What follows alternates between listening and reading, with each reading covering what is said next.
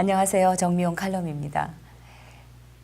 김무성, 유승민 이 세력이 좌파에 부역한 그 결과로 치러지게 된 정말 엉터리 같은 이 대선이 끝났습니다. 그래도 전국은 여전히 혼란합니다. 문재인 정권 들어서자마자 전광석화처럼 반대한민국적 정책들을 쏟아내고 주사파들을 요직에 앉히고 이런 그야말로 준비 기간 없이 카운터 블로를 그냥 던지고 있는 그런 형국이기 때문입니다. 많은 분들이 말씀을 하고 계시는데 지금 뭐 이 보수 진영은 거의 그 멘붕 상태라고 해도 과언이 아닐 정도로 거의 이 지금 쏟아지는 이런 그 펀치에 대해서 제대로 대응을 못하고 있는 그런 실정인데요. 오늘 그 실상에 대해서 한번 생각해 보겠습니다. 이번 대선은 사실은 이 박근혜 대통령을 탄핵하는 순간 이미 그 결과가 나와 있었던 겁니다. 많은 분들이 이 점을 지적하고 계시죠. 나와 있는 결과이기는 하지만은 그래도 이 보수 진영에서 그 결과를 바꿔보려고 노력을 하는 것이 또 사실은 기본이고 당연한데, 그렇지만 보수를 자칭하는 사람들이 자기 당 대통령 그 탄핵에 앞장서는 것 자체가 사실은 보수를 괴멸시키는 것이나 마찬가지인 그런 행태였던 겁니다. 그래서 이번 대선이 사실상 애초부터 이기기가 어려운 그런 선거였던 것이죠. 보수 대통령을 끌어내고 구속까지 시켰던 이런 사람들이 보수 정권을 또 다시 설립을 하려고 한다? 이것은 말이 되지 않는 소리고, 그래서 많은 중도층의 그 상식을 설득하기가 어려웠던 그런 점이 있습니다. 탄핵 주도 세력이 보수랍시고 또 대선 후보로 또 나서고, 대통령이 속한 당의 대선 후보가 또 그런 배신 세력들을 또 복당을 시키고, 그렇게 하고 있는데 이 보수 대통합이 가능한 것인가. 그래도 결국은 그 진영 논리가 다시 등장하면서 그래도 이 중도층이라고 자기는 이 중도 보수라고 생각했던 그런 분들이 돌아선 것을 빼고는 스스로 보수를 자임하고 있는 많은 분들은 표를 이제 홍준표 후보 쪽으로 몰아줬지만 결국 뭐 역사상 최다 그 표차로 패하고 말았습니다. 근데 그게 사실 원래 예측이 돼 있었다는 것이죠. 지금 결과를 보니까 결국 바른정당 쪽과 홍준표 후보 측의 그 자유한국당 쪽이 말하는 보수 대통합이라는 게 이 박 대통령에 대한 그 지지 세력, 소위 이 탄핵의 결사반대 이 세력을 말살하는 것을 전제로 해서 이 선거가 치러진 그런 느낌도 듭니다. 이번 대선에서 보수가 얻은 한 가지 수확이라면 저는 보수라는 것의 그 구분 그리고 개념이 확실해졌다는 점이다, 이렇게 생각합니다. 여전히 자유한국당 홍준표 후보를 지지하는 분들, 지금도 뭐 이 선거 패배 책임을 조원진 후보 쪽 새누리당 쪽으로 맹비난을 하고 있는데요. 그 조원진 의원을 비난하는 분들의 대부분은 사실 원래부터 비박계 쪽을 지지하던 분들입니다. 박근혜 대통령에 대해서 뭐 무능하다, 뭐 소통이 안 된다, 이런 비판, 언론이 쏟아내는 그런 것들에 경도돼서 비판하던, 그래서 비박계를 지지하던 분들인데 이 중에 또 다수는 자기들의 그 유무형적 이익을 쫓던 사람들이 아닌가, 저는 그렇게 봅니다. 이들은 보수라고 외치면서 사실은 보수를 말살하고 자기 정권을 무너뜨렸던 세력에 대단히 우호적인 그런 저로서는 이해가 안 되는 그런 그 행태를 보이고 있는데요. 이런 그 비박계 지지 세력들 그리고 탄핵을 원래부터 강력히 반대했던 그 시민들의 생각은 완전히 다릅니다. 비박계화하고 그다음에 이 상식적 보수 시민들의 그 뜻을 아는 사람들이 사실은 그동안 그 보수라는 이름 아래 서로 뒤섞여 있었었는데 이게 이제 완전히 구분이 되게 된 것이죠. 이번 그 사태를 통해서. 이것이 이번 대선에서 저는 보수 진영에서의 수학이라면 하나의 수학이 아닐까라고 생각을 합니다. 홍준표 후보는 대선 후보가 될 때부터 바른정당하고 손을 잡겠다라고 얘기를 했었습니다. 탄핵에 앞장선 배신자 13명을 그리고 뭐 그 후보의 그 말하자면 직권을 이용해서 대선 기간에 그냥 복당을 시켜버린 것이죠. 홍준표 후보 자신이 원래부터 비박계였으니까 이건 당연한 결과라고 저는 생각합니다. 근데 그 비박계 말하자면 탄핵에 앞장선 그 반역자들을 지지하는 그런 사람들이 조원진 후보를 비난하고 있는데 이걸 이해 못하는 그런 분들도 많습니다. 왜냐하면 표면적으로만 보면은 홍준표 후보와 조원진 후보가 사실 경쟁 상대가 되지 못하잖아요. 이 새누리당 조원진 후보를 지지하시는 분들은 정치의 이런 어떤 역학적인 그런 구도 이런 것들을 좀 아는 분들이 많이 있고 또 정치에 대해서 전혀 모르고 저녁에 뭐 공중파 뉴스나 잠깐 보면서 정치 뉴스를 접하시는 분들은 조원진 후보를 거의 모릅니다. 이렇게 정치에 대해서 잘 모르는 분들 중에 보수 쪽에 마음이 기울어져 있는 분들은 조원진을 잘 모르니까 홍준표 후보를 지지하는 게 많았었죠. 조원진 후보에 대해서는 뭐 모든 언론이 거의 다루지를 않았으니까 아예 홍준표 후보는 반면에 언론이 뭐 매일 보도를 쏟아냈고 또 홍 후보 쪽에는 뭐 수백억의 그 막대한 자금을 써가면서 선거 운동을 했습니다. 그러니까 조원진 후보가 홍준표 후보에 대해서 뭐라고 얘기를 하더라도 심지어 그 국회 정론관에서 기자회견을 하고 하더라도 그게 아예 전달이 되지 않고 보도가 안 되니까 널리 퍼질 수도 없는 그런 환경이었고요. 더군다나 조원진 후보 지지율은 극히 낮다. 뭐 1% 안 된다. 뭐 계속 그 비박계 쪽 그리고 언론이 한 목소리로 그냥 언급을 했죠.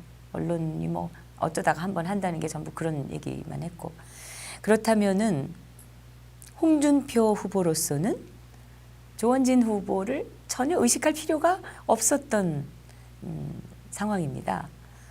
그런데도 홍준표 후보 측이 왜 그 상대도 안 되는 조원진 후보 비난에 그토록 열을 올렸을까? 뭐 온갖 허위 사실을 동원해서 조원진 후보를 그야말로 우리가 전혀 신뢰할 수 없는 사람인 것처럼 그렇게 이제 매도를 했고 또 우리 그 조원진 후보를 지지하는 사람들에 대해서조차도 온갖 허위 사실과 또 그 왜곡된 정보를 가지고 SNS에 무차별적으로 이걸 퍼뜨려서 지금 여러 가지 그 이 소송이 지금 준비 중인 것으로 압니다. 탄핵에 앞장선 이 배신파 이 비박계 그리고 이를 따르는 무리들이 조원진 후보를 비난하는 것은 제가 보기에는 이 조원진 후보 때문에 당선되지 못할까 봐가 아니었습니다.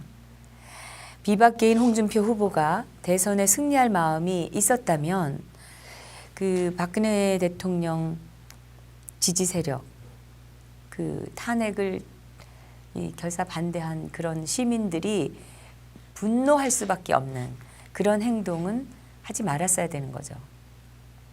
할 리도 없었고요. 그런데 홍준표 후보가 박 대통령 지지 세력을 또 정말 아우를 생각이 털끝만큼이라도 있었다면은 이 바른정당의 배신 세력들을 그렇게 급박하게 이 복당시킬 이유도 없었을 거라고 저는 생각합니다. 그러니까 홍준표 후보 쪽은 대선 승리가 그 목적이었다고 볼 수가 없는 그런 그 여러 가지 정황이 있는 겁니다. 물론 뭐 요행이 승리하면 좋은 일이지 이렇게 생각할 것이지만은 홍준표 후보 쪽에서는 처음부터 이 대선 승리 가능성이 대단히 희박하다 이것을 전제로 하고서 이게 지금 선거운동을 한 것이 아닌가. 왜냐하면 선거가 거의 끝날 무렵까지도 지지율이라는 게 거의 뭐 반을 조금 넘는 또는 반도 안 되는 이런 여론조사들이 여기저기서 나왔기 때문에 이걸 뒤집고 이길 거를 생각을 뭐 확신을 가졌다? 그러기는 어렵습니다. 이 정치를 오래 하고 선거를 많이 해본 사람들의 본능적인 그런 감각이라는 것을 생각한다면 그렇습니다. 근데 이들 그 탄핵 주도 세력이 대통령이라는 자리 하나를 얻기 위해서 그걸 목적으로 한 것이 아니라 사실은 그들의 그 공통점이라는 것은 자기네들끼리 서로 돌아가면서 총리와 장관을 해먹는 그런 내각제를 염두에 두는 애당초부터 처음부터 계속해서 내각제를 외치던 그런 세력이었다는 것입니다. 이들 그 비박계는 애초에 가능성이 희박했던 이 대선 승리를 위한 유세를 하기보다는 대선은 그냥 넘기고 하여튼 어떻게든 힘을 모아서 결국은 내각제로 갈 것을 꿈을 꾸면서 대통령 탄핵에 앞장선 것이 아닌가 이런 추측을 하게 합니다. 그렇기 때문에 대선 승리를 위한 유세를 하기보다는 자기네 세력을 공고히 하고 정말 친박 세력들을 말살하려는 그런 목적이 엿보이는 그런 유세를 한 것이 아닌가 저는 생각합니다. 모반을 일으켰다고 할 수 있는 이 비박계 입장에서는 나중에 결국 이 박근혜 대통령이 이제 풀려나오고 또 그 박근혜 대통령을 지지하는 그런 세력으로부터 후환을 받게 될 것이 가장 두렵지 않았겠습니까? 거기다가 장차 박지원 세력들과 손을 잡고 이제 내각제 쪽으로 도모를 해야 되는 데 있어서 박근혜 지지 세력이 강력한 걸림돌이 되는 것이죠. 그것도 아마 우려됐을 것이고 그러니까 이 사람들이 친박 말살에 열을 올린 것이다. 저는 그렇게 생각합니다. 이런 그 친박을 말살시키려는데 가장 이들이 중요하게 봤던 게 바로 조원진 후보의 지지율이었을 겁니다. 저들은 조원진 후보의 지지율이 현저하게 적게 나와야 박근혜 지지 세력의 정치적 기반이 약해질 수 있다 이렇게 봤을 겁니다. 그리고 지금은 비록 그 김무성계나 유승민계의 사이가 별로 좋아 보이지는 않지만은 그대로 이 김무성계, 유승민, 그 홍준표 이 세 쪽의 그 공통적인 생각은 적어도 조원진 그 후보의 지지율이 유승민 후보보다는 한 10배 이상 적게 나와야지 안심될 수 있다. 이렇게 여겼을 겁니다. 이것은 뭐 이 탄핵에 그야말로 홍위병 노릇을 한 그 조중동 미디어도 아마 같은 생각이다. 이렇게 보여지는데요. 한마디로 이 탄핵 주도 배신 세력과 조중동의 생각이 같습니다. 박 대통령 탄핵을 정당화시키고 그 이 박 대통령 지지 세력, 탄핵 반대 세력을 말살시키려고 하는 것 이것만큼은 이들의 공통적인 목표였다는 것입니다. 아시다시피 이 배신 세력 중에서도 권성동, 김성태 이런 사람들은 아주 비중이 높은 배신 인물이라고 할 수가 있습니다. 그 조원진 후보 유세 중에 말하자면 탄핵 십적 이 얘기가 나오기도 했는데 바로 그 앞부분에 있는 사람들이죠. 권성동은 이 헌법재판소에서 박 대통령을 탄핵시켜야 한다면서 촛불이 민심이라면서 눈물을 흘리기까지 했던 그런 인물입니다. 어떻게 그렇게까지 할 수 있는지 저는 정말 이해가 되지 않습니다. 네. 또 김성태라는 사람은 이게 기획된 탄핵 결과고 이게 결실이다. 이렇게까지 그 안민석 의원에게 말을 한 그런 녹취록까지 나왔었죠. 그렇게 말한 인물인데 이 사람들이 대통령을 탄핵을 하고 불과 몇 달도 되지 않아서 다시 버젓이 자유한국당에 돌아왔다. 이것은 박근혜 대통령과 그 지지 국민을 이젠 완전히 우습게 보는 것이다. 그걸 드러내는 증표다. 이렇게 생각합니다. 여러분, 그 어느 정당이든지요. 당원 간에 다툼이 있었을 때는 당이 이제 뭐 화해 중재를 하거나 아니면 그 중에 하나를 그 심각한 그 당의 이미지 손실을 가져왔을 경우에는 탈당을 시키거나 이렇게 합니다. 사안을 따져봐서 당의 해가 크다. 그러면은 그 정도가 큰 쪽을 이제 탈당시키는데요. 그런데 자기 당 대통령을 그 좌파들의 앞장을 서서 내몰았고 정권을 넘어가게 만든 그런 사람들에게 이 자유한국당에서는 아무런 기본적인 조치를 하지 않았습니다. 박근혜 대통령은 자유한국당의 제1호 당원입니다. 제1호 당원을 끌어내린 자들이 다시 자유한국당에 버젓이 들어왔다는 것은 이 박근혜 대통령에 대한 엄청난 조롱이죠. 예, 조롱이고 또 경멸을 드러내는 것입니다. 홍준표, 권성동, 김성태 이런 사람들이 함께 저지른 저는 참으로 야비하고 잔인한 망동이었다 이렇게 생각합니다. 자유한국당은 그 원래 당규에 그 기소된 그 특히 이제 어떤 뇌물이라든지 이런 범죄 행위로 해서 기소된 사람을 당원 자격을 정지시킵니다. 그런데 홍준표 후보의 경우에는 지금 재판 중인데도 가서 특별히 당원 자격을 복권을 시켜주고 대선 후보로 만들었습니다. 그런데 박근혜 대통령은 수사도 받기 전에 그리고 재판이 시작되기도 전에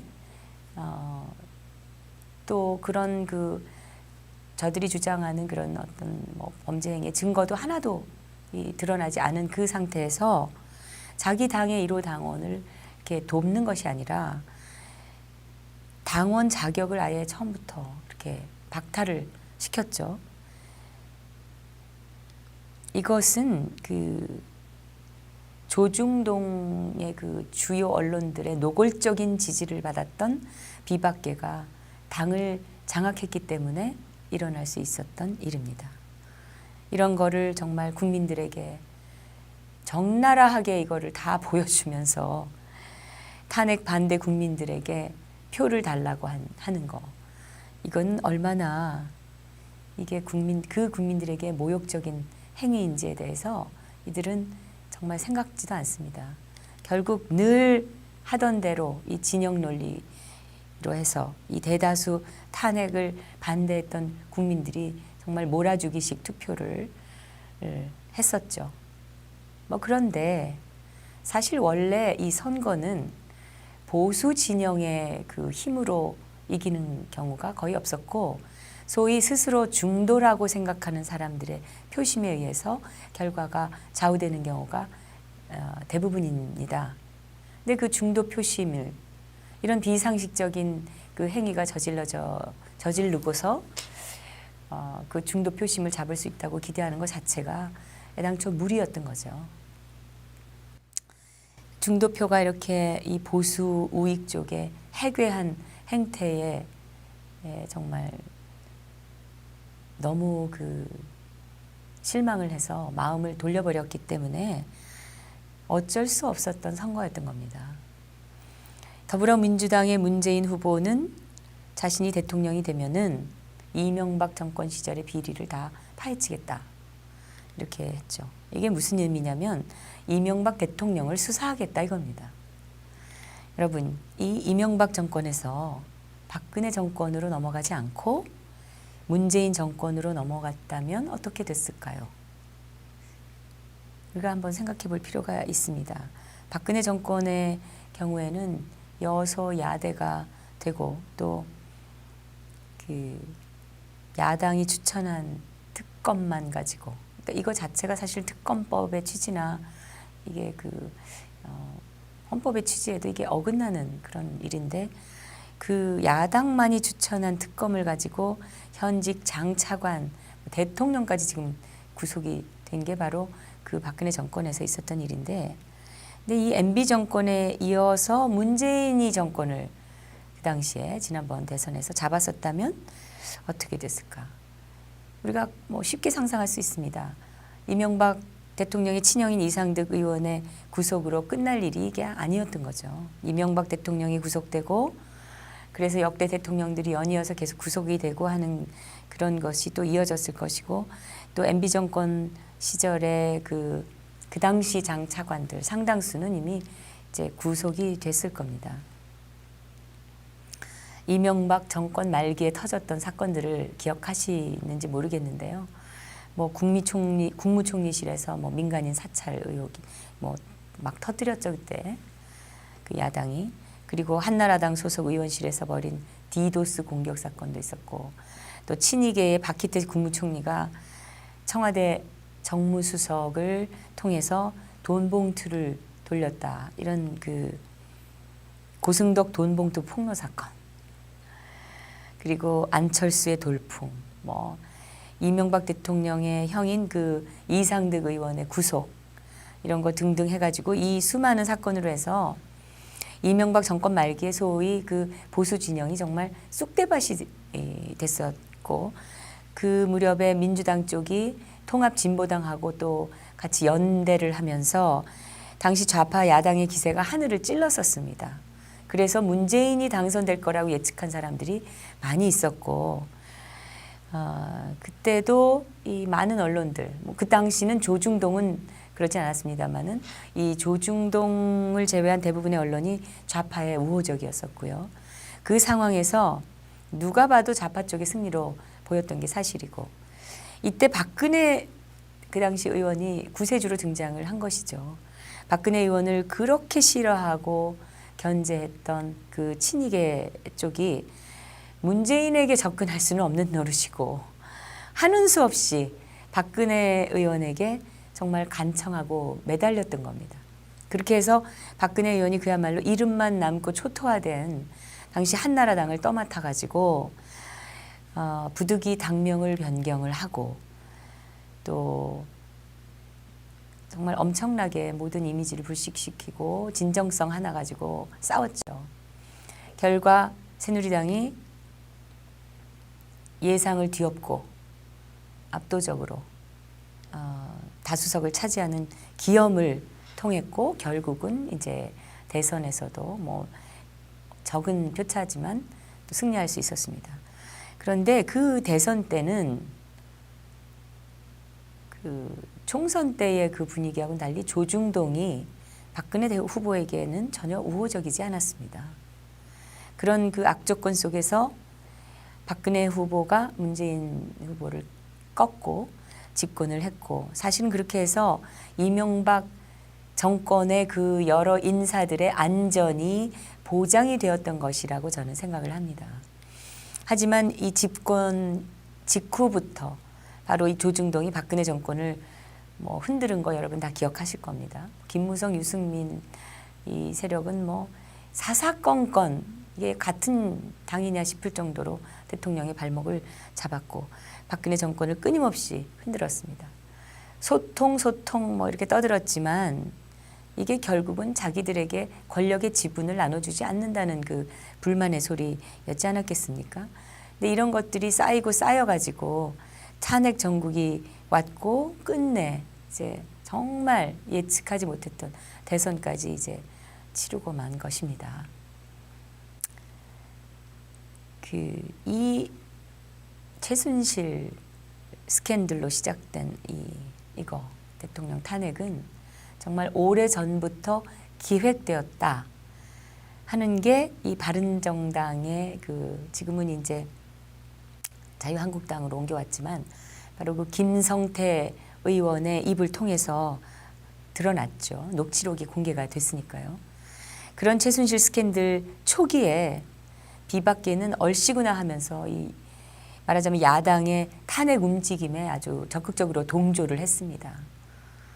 조원진 의원이 당시에 비박계를 향해서 대통령을 탄핵하게 되면 바로 좌파 정권이 들어선다. 그러니까 탄핵만은 막자. 다 모든 걸 내려놓겠다. 이렇게 애끓는 호소를 했었습니다. 김무성 의원은 그때 뭐라고 했냐면 당내에서 최순실을 몰랐던 사람이 없다. 그러면서 최순실 존재를 알면서도 대통령과 친박들에게 문제가 많다. 이런 뉘앙스의 발언을 했었고 당시 그 새누리당 비박계는 비상시국회의라는 거를 만들었는데 그 비상시국회의가 바로 탄핵을 주동한 김무성 의원이 좌장격이었었죠. 사실은 이 비상시국회의는 사실상 자기들이 만든 정권을 타도하는 임시기구였었습니다. 그때 새누리당의 최고위원이었던 조원진 의원이 당 최고회의에서 비상시국회의라는 거를 향해서 이런 말을 했습니다. 제가 이제 읽어드리겠습니다. 탄핵을 주도하는 새누리당 비상시국회의로 인한 당내 분열은 첫째, 야당의 의회 독재 길을 열어주는 결과를 가져왔다. 결국 야당 주도의 탄핵 특검이 지금 받아들여지고 했으니까요. 근데 법인세 인상까지 이런 야당의 뜻대로 모든 것을 하는 의회 독재의 결과를 가져왔고, 둘째, 그 다음에 또 무엇이 나올 수 있겠는가? 탄핵은 대통령의 탄핵뿐 아니라 다음 대통령을 선출하기 위해서 5월, 6월 조기 대선으로 이어질 것이다.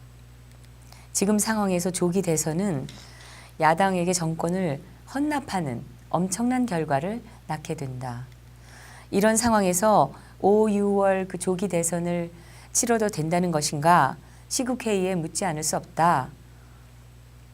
대다수 국민께서는 분노와 실망과 우려의 눈으로 현 사태를 보고 있다.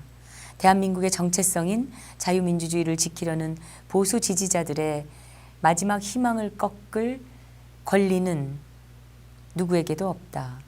탄핵을 주도하는 일부 시국회의 의원들에게 경고한다. 이달 안에 비상시국회의 해체를 다시 한번 요구한다.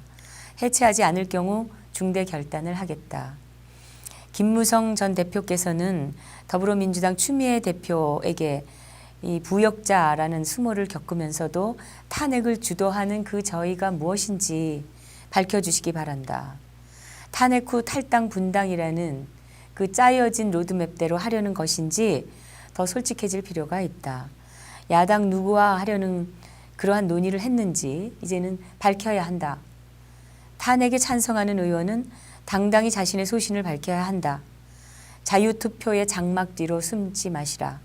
정권을 넘겨줄 수밖에 없는 탄핵에 왜 찬성을 하는지 밝혀야 한다. 이렇게 조원진 의원이 최고회의에서 얘기를 했습니다. 한편 또 조원진 의원은 이날 김무성, 유승민 의원을 겨냥해서 또 이렇게 얘기도 했습니다. 집권 여당인 새누리당 최고위원으로서 굉장히 마음이 무겁다. 분명히 해야 될 것은 해야 된다. 말씀드릴 것은 말씀드려야겠다. 입이 없어서 말을 하지 않는 것이 아니고 국민의 뜻이 너무 엄중하기 때문에 그동안 자제했다. 최태민, 최순실, 정윤회와 관련된 우리 당 의원들의 발언과 동영상을 전체 모으겠다. 저는 9년 동안 최순실을 본 적도 없을 뿐만 아니라 3인방과 사적 전화 한 번 한 적이 없는 사람이다. 원내 수석 부대표를 할 때도 3인방하고 사적 전화 한 번 안 했다. 원내 수석 부대표의 파트너는 청와대로 봐서는 정무수석과 정책수석이다. 누가 인적 청산의 대상인가? 어떤 분은 당대표를 하면서 최순실 사건, 정윤회 사건에 대해 절대 그런 일이 없다고 얘기했다. 어떤 분은 비서실장을 하면서 그 시스템을 알면서도 뒤로 숨어버렸다. 또 어떤 분은 지난 대선 과정에서 최태민 일가의 일을 전혀 아니라고 했던 분이 있다. 솔직히 말씀드리면 현재 삼선 의원까지 최순실을 아는 사람이 거의 없다. 누가 누구를 청산해야 되겠는가. 입이 없어서 말을 하지 않는 것이 아니다. 이렇게 얘기를 했었죠. 조원진 의원은 그 최순실 최태민 일가하고 박근혜 대통령에 대한 그 루머에 대해서 전혀 사실이 아니며 문제가 없다고 했던 그 김무성 유승민 쪽을 비판했던 겁니다. 그런데 언론은 이런 사실들을 전혀 보도하지 않았습니다. 정청래 같은 인간의 그 트위터 글을 보도하는, 적극 보도하는 이 주류 언론이 여당 최고 지도부 회의에서 나온 이런 중대한 얘기는 모른 척한 겁니다. 조원진 의원은 이렇게 말했지만 결국 전국은 조원진 의원이 우려했던 대로 이제 흘러갔습니다. 내각제를 하고 싶은 그 목표를 공유하는 사람들의 세가 더 셌던 것이죠. 홍준표 후보 측하고 자유한국당은 지금 그 대선에 완전히 그야말로 요새 말로 폭망한 셈인데 그렇게 당이 지고도 사실 지금 현재 별 쇄신의 움직임이 없습니다. 그토록 경계했던 조원진 후보가 자기들의 기대 바램대로 저조한 결과로 나타냈기 때문에 이제 뭐 박근혜 세력 말살이 잘 되어가고 있다 이렇게 안심해서인지 하여튼 그 한간에는 뭐 또 이 조원진 의원이 권력력이 있다, 꿍꿍이 속에 있다, 뭐 이런 비판들을 또 하고 있고 뭐 그 선거의 패배를 0.1% 얻었다는 조원진 의원에게 돌리는 참 황당한 이런 말도 지금 SNS에서 또 돌아다니고 있습니다. 김무성, 유승민 이 세력의 그 권력욕에서 비롯된 모반입니다, 이게. 근데 여기에 분노한 국민들이 태극기를 다 들었고 이런 국민들의 목소리를 외면할 길이 없으니까 조원진이 그 탄핵 세력과 함께하지 않고 탈당을 하고 출마를 했습니다. 사실은 우리가 그분에게 출마를 종용한 것과 같습니다. 조원진은 삼선 의원이고 또 새누리당의 최고위원으로서 그 압도적 다수의 표로 당선이 되기도 했던 그런 분이고 자유한국당에서 뭐 이제 상임위원장도 이미 예정이 돼 있었고 또 얼마든지 이 선거 후에 전당대회를 통해서 원내대표로 당선될 수도 있는 그런 정말 편안하게 의정 생활을 할 수 있었던 분이었습니다. 그러나 국회의원으로서는 정말 그 안락한 길을 버리고 이건 거의 모험에 가까운 가시밭길로 뛰어들었던 것이죠. 제가 생각하기에 조원진은 그냥 바보입니다, 바보. 계산상으로 보면은 전혀 답이 안 나오는 그런 그 일을 하고 있습니다.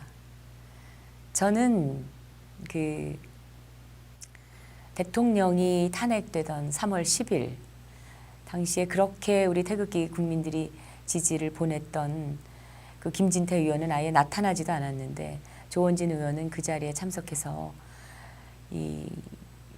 서서 바보처럼 눈물을 닦아내던 그 모습을 저는 기억을 합니다. 그리고 이런 폭력이나 또는 다치는 사람이 나오지 않도록 하기 위해서 많은 시민을 이끌고 길을 돌아서 청와대로 행진을 했었죠. 대통령이 사저로 오셨을 때 조원진 의원은 삼성동을 찾았습니다. 이때 만났던 대통령과의 90분간의 대화, 그리고 그 대통령의 얼굴, 그리고 국민의 뜻, 이런 것을 따라서 출마를 했던 조원진. 그 뇌물을 받았다는 그 증거도 없이 그 혐의로 했지만 사실은 이 뇌물죄도 헌재에서는 인용을 하지 않았었습니다. 다만 헌법을 수호할 그 의지가 없어 보인다. 이런 걸로 자기들이 권리도 없는 그 대통령 파면을 단행한 건데 이런 그 말도 안 되는 상황에 처한 대통령 그리고 조원진의 그 마음만이 서로 오고 갔던 그 자리에 30년이 넘은 옛 그 금성사 텔레비전만이 있었다고 합니다. 그 자리에 물론 뭐 다른 의원들도 같이 2명이 더 있어서 변호사까지 4분이 같이 있었다고 합니다. 근데 하여튼 그 자리 이후에 그 대통령의 마음을 저버릴 수가 없어서 조원진이 나섰습니다. 정말 아무것도 가진 것이 없이 대통령과 국민의 뜻만 생각하고 뛰어들었던 그런 대선이었습니다. 정말 그것뿐이었다고 보여집니다. 그리고 열심히 뛰었고 그리고 탄핵을 반대를 외치면서 대통령을 구해내야 된다는 것을 이 진실을 모르고 있는 많은 국민들에게 진실을 알리면서 열심히 싸웠고 외쳤습니다. 지금 생각해 보면 그 지금의 새누리당 이런 그 조원진을 대하는 지금의 새누리당의 그 소수 몇 사람의 행태는 참으로 기가 찹니다. 이 부분에 대해서는 차차 또 말씀드리도록 하겠습니다. 정미용 칼럼이었습니다.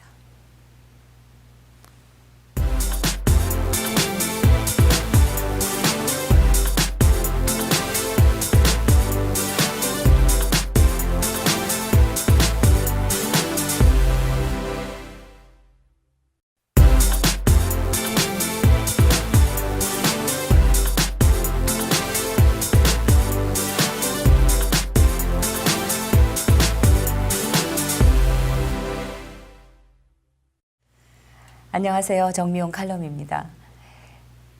김무성, 유승민 이 세력이 좌파에 부역한 그 결과로 치러지게 된 정말 엉터리 같은 이 대선이 끝났습니다. 그래도 전국은 여전히 혼란합니다. 문재인 정권 들어서자마자 전광석화처럼 반대한민국적 정책들을 쏟아내고 주사파들을 요직에 앉히고 이런 그야말로 준비 기간 없이 카운터 블로를 그냥 던지고 있는 그런 형국이기 때문입니다. 많은 분들이 말씀을 하고 계시는데 지금 뭐 이 보수 진영은 거의 그 멘붕 상태라고 해도 과언이 아닐 정도로 거의 이 지금 쏟아지는 이런 그 펀치에 대해서 제대로 대응을 못하고 있는 그런 실정인데요. 오늘 그 실상에 대해서 한번 생각해 보겠습니다. 이번 대선은 사실은 이 박근혜 대통령을 탄핵하는 순간 이미 그 결과가 비난하는 분들의 대부분은 사실 원래부터 비박계 쪽을 지지하던 분들입니다. 박근혜 대통령에 대해서 뭐 무능하다, 뭐 소통이 안 된다 이런 비판, 언론이 쏟아내는 그런 것들에 경도돼서 비판하던, 그래서 비박계를 지지하던 분들인데 이 중에 또 다수는 자기들의 그 유무형적 이익을 쫓던 사람들이 아닌가 저는 그렇게 봅니다. 이들은 보수라고 외치면서 사실은 보수를 말살하고 자기 정권을 그 무너뜨렸던 세력에 대단히 우호적인 그런 저로서는 이해가 안 되는 그런 그 행태를 보이고 있는데요. 이런 그 비박계 지지 세력들 그리고 탄핵을 원래부터 강력히 반대했던 그 시민들의 생각은 완전히 다릅니다. 비박계화하고 그다음에 이 상식적 보수 시민들의 그 뜻을 아는 사람들이 사실은 그동안 그 보수라는 이름 아래 서로 뒤섞여 있었었는데 이게 이제 완전히 구분이 되게 된 것이죠. 이번 그 사태를 통해서. 이것이 이번 대선에서 있었던 겁니다. 많은 분들이 이 점을 지적하고 계시죠. 나와 있는 결과이기는 하지만은 그래도 이 보수 진영에서 그 결과를 바꿔보려고 노력을 하는 것이 또 사실은 기본이고 당연한데, 그렇지만 보수를 자칭하는 사람들이 자기 당 대통령 그 탄핵에 앞장서는 것 자체가 사실은 보수를 괴멸시키는 것이나 마찬가지인 그런 행태였던 겁니다. 그래서 이번 대선이 사실상 애초부터 이기기가 어려운 그런 선거였던 것이죠. 보수 대통령을 끌어내고 구속까지 시켰던 이런 사람들이 보수 정권을 또 다시 설립을 하려고 한다? 이것은 말이 되지 않는 소리고, 그래서 많은 중도층의 그 상식을 설득하기가 어려웠던 그런 점이 있습니다. 탄핵 주도 세력이 보수랍시고 또 대선 후보로 또 나서고, 대통령이 속한 당의 대선 후보가 또 그런 배신 세력들을 또 복당을 시키고, 그렇게 하고 있는데 이 보수 대통합이 가능한 것인가. 그래도 결국은 그 진영 논리가 다시 등장하면서, 그래 저는 보수 진영에서의 수학이라면 하나의 수학이 아닐까라고 생각을 합니다. 홍준표 후보는 대선 후보가 될 때부터 바른정당하고 손을 잡겠다라고 얘기를 했었습니다. 탄핵에 앞장선 배신자 13명을, 그리고 뭐 그 후보의 그 말하자면 직권을 이용해서 대선 기간에 그냥 복당을 시켜버린 것이죠. 홍준표 후보 자신이 원래부터 비박계였으니까 이건 당연한 결과라고 저는 생각합니다. 근데 그 비박계, 말하자면 탄핵에 앞장선 그 반역자들을 지지하는 그런 사람들이 조원진 후보를 비난하고 있는데, 이걸 이해 못하는 그런 분들도 많습니다. 왜냐하면 표면적으로만 보면은 홍준표 후보와 조원진 후보가 사실 경쟁 상대가 되지 못하잖아요. 이 새누리당 조원진 후보를 지지하시는 분들은 정치의 이런 어떤 역학적인 그런 구도, 이런 것들을 좀 아는 분들이 많이 있고, 또 정치에 대해서 전혀 모르고 저녁에 뭐 공중파 뉴스나 잠깐 보면서 정치 뉴스를 접하시는 분들은 조원진 후보를 거의 모릅니다. 이렇게 정치에 대해서 잘 모르고 이 중도층이라고, 자기는 이 중도 보수라고 생각했던 그런 분들이 돌아선 것을 빼고는 스스로 보수를 자임하고 있는 많은 분들은 표를 이제 홍준표 후보 쪽으로 몰아줬지만, 결국 뭐 역사상 최다 그 표차로 패하고 말았습니다. 근데 그게 사실 원래 예측이 돼 있었다는 것이죠.